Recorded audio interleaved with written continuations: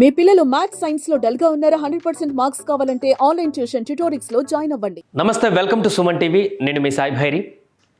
మీరు Instagram, Facebook వాడుతున్నారా? ఇవే కాకుండా ఇతరత్ర సోషల్ మీడియా ప్లాట్ఫామ్స్ని ఉపయోగిస్తున్నారా? అయితే మీరు ప్రమాదంలో ఉన్నట్టే. విపరీతంగా సైబర్ క్రైమ్స్ రోజు రోజుకు పెరుగుతున్న నేపథ్యంలో మనం ఎలాంటి తప్పు చేయకున్నా, ఏం చేయకపోయినా జస్ట్ సోషల్ మీడియా బ్రౌజింగ్ చేసినా కూడా ఇబ్బందికరమైనటువంటి పరిస్థితులు ఎదుర్కొనేటువంటి రోజులు రాబోతున్నాయి. బ్రౌజింగ్ చేస్తున్నటువంటి క్రమంలో ఏదో ఒక పోస్ట్ను అన్ఎక్స్పెక్టెడ్గా క్లిక్ చేసినా కూడా, మన ఫింగర్ టచ్ అయినా కూడా మీరు ఆటోమేటిక్గా ఒక డేంజర్ జోన్లోకి వెళ్ళబోతున్నారనేటువంటి విషయం గుర్తుంచుకోవాలి. వరుసగా జరుగుతున్నటువంటి సంఘటనలు, ఇప్పటికే అనేక మంది రోజుకు కొన్ని వందల కేసులు సైబర్ క్రైమ్కి సంబంధించి యువతీ యువకులను మోసం చేస్తున్నటువంటి ఘటనలు, లక్షల డబ్బులను దోచేసుకున్నటువంటి ఘటనలు, అంతేకాకుండా తీవ్రమైనటువంటి భయభ్రాంతులకు గురి చేస్తూ, వారిని ఆందోళనకు గురి చేస్తూ ఆత్మహత్యలు చేసుకునేటువంటి దిశగా కూడా ప్రయత్నాలు కొనసాగిస్తున్నారు ఈ సైబర్ కేటుగాలు. తాజాగా నిన్న ఒక ఘటన రావడం జరిగింది. అంతకుముందు ఇంకా ఇలాంటి ఘటనలు రిపీటెడ్గానే వస్తున్నాయి. ముఖ్యంగా హనీ ట్రాప్ అనేటువంటి అంశాన్ని ఆయుధంగా చేసుకొని చాలా దోపిడీలకు పాల్పడుతున్నాయి ముఠాలు.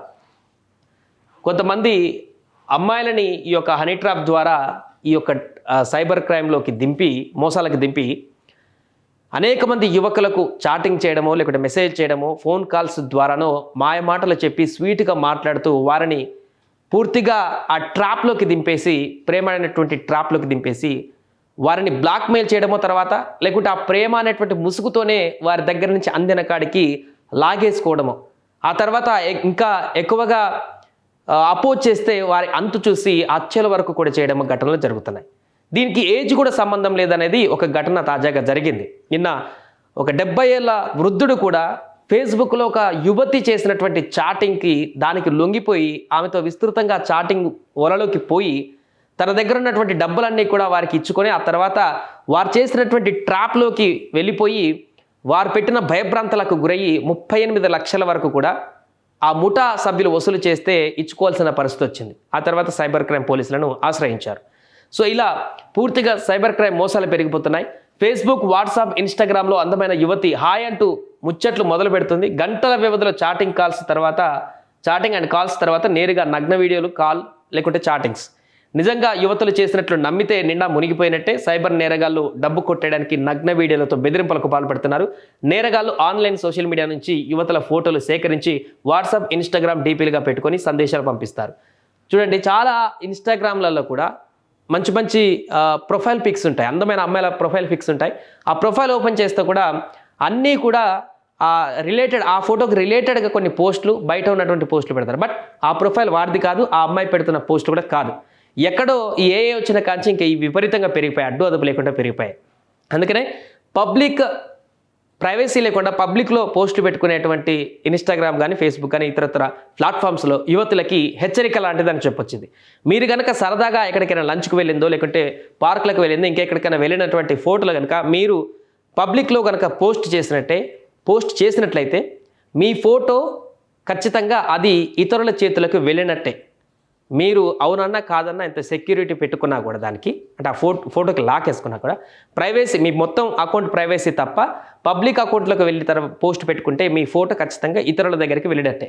సో ఇక్కడ కాకపోతే వేరే స్టేట్, వేరే కంట్రీ వాళ్ళైనా ఆ ఫోటోని ఖచ్చితంగా యూజ్ చేసుకుంటారు, యూటిలైజ్ చేసుకుంటారు, దాన్ని మార్ఫింగ్ చేసుకుంటారు. ఆ యొక్క ఫేస్ ఐడెంటిటీని వాళ్ళు ఇంకొక పిక్చర్స్కి యాడ్ చేసుకొని విపరీతంగా దాన్ని ఉపయోగించుకునేటువంటి అవకాశం ఉంది. ఈ ఫేక్ ప్రొఫైల్స్ అన్నీ కూడా ఇంకొక ఫిమేల్ అకౌంట్ ఇక్కడ క్రియేట్ అయిందనేటువంటి విషయం. ఫర్ ఎగ్జాంపుల్, వేరే కంట్రీలోనే ఇప్పుడు మీరు పెట్టుకున్నటువంటి ఒక ఫోటో ఇక్కడ ఇతర స్టేట్లో కానీ, ఇతర జిల్లాలో కానీ ఎక్కడైనా ఇంకొక ప్రొఫైల్ ఉంటే మీకు కనిపిస్తుంటుంది. ఇది ఫేక్ ప్రొఫైల్, నాలాంటిది ఇంకోటి క్రియేట్ చేసిందని చెప్పేసుకుంటాం. బట్ ఇతర కంట్రీలో ఈ యొక్క ఫోటోని కనుక మార్పింగ్ చేసి అక్కడ మోసాలకు బలపెడితే మీరు దాన్ని గుర్తించలేరు. అక్కడ ఒక క్రైమ్ చేసినటువంటి అమ్మాయి ఫోటోగా మీది ఉండేటువంటి అవకాశం ఉంటుంది. కాబట్టి ఇక్కడ అమ్మాయిలు కూడా జాగ్రత్తగా ఉండాల్సిన అవసరం ఉంది. సో అలాగే నేరగాల ఆన్లైన్ సోషల్ మీడియా నుంచి యువతల ఫోటోలు సేకరించి వాట్సాప్, ఇన్స్టాగ్రామ్ డీపీలుగా పెట్టుకొని సందేశాలు పంపిస్తారు. నిజంగానే యువతని భ్రమపడి కొందరు చాటింగ్ చేస్తూ వీడియో కాల్స్ వరకు కూడా వెళ్తుంటారు. అవతల వ్యక్తులు తాము నగ్నంగా ఉన్నామని మీరు ఉండాలంటూ నమ్మించి రికార్డ్ చేస్తారు.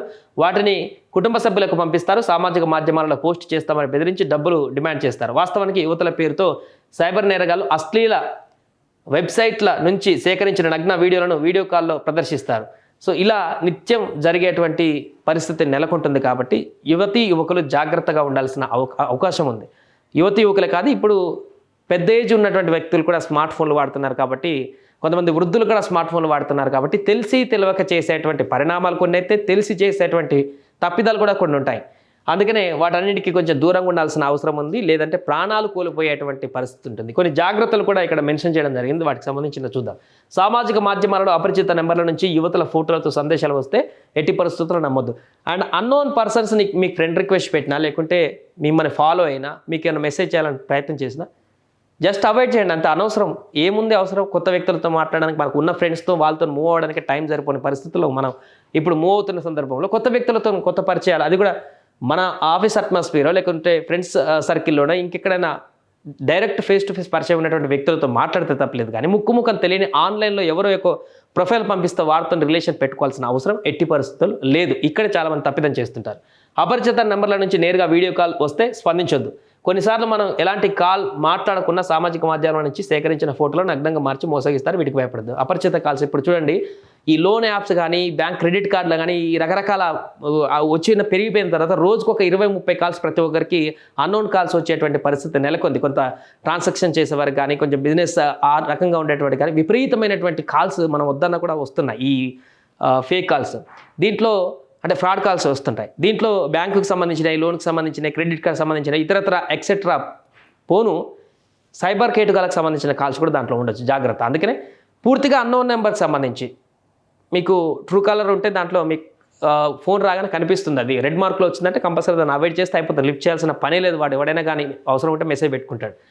మోసం చేసినట్టు గుర్తిస్తే వాట్సాప్ సామాజిక మాధ్యమాలలో ఆయా నెంబర్లపైన రిపోర్ట్ చేసే వెసులుబాటు ఉంది. పదే పదే చేస్తే బ్లాక్ చేయాలి. మనం చేసిన రిపోర్ట్ ఆధారంగా ఆయా సంస్థలు చర్యలు తీసుకుంటాయి. ఇది ఈ రకమైనటువంటి కొన్ని జాగ్రత్తలు తీసుకుంటే ఇలాంటి సైబర్ నేరగాళ్ల ఉచ్చుల నుంచి బయటపడి ప్రశాంతమైనటువంటి జీవితాన్ని గడిపేటువంటి అవకాశం ఉంటుంది. నిత్యం ఇలాంటి ఘటనలు కొనసాగుతూనే ఉన్నాయి. అవేర్నెస్ చెప్తూనే ఉన్నారు. పోలీసులు ప్రెస్ మీట్లు పెడుతూనే ఉన్నారు. సామాజిక మాధ్యమాలలో మనలాంటి మీడియా ప్లాట్ఫామ్స్లో కూడా వివరాలు వెల్లడిస్తూనే ఉన్నారు. అయినా కూడా ఇంకా ఆ ట్రాప్లో పడిపోతున్నారు. అందుకనే యువత అందరూ, ప్రతి ఒక్కరూ స్మార్ట్ ఫోన్లు వాడేటువంటి వాళ్ళు 1-2 సార్లు ఆలోచించి జాగ్రత్తగా వ్యవహరించవలసినటువంటి అవసరం అయితే ఇప్పుడుంది.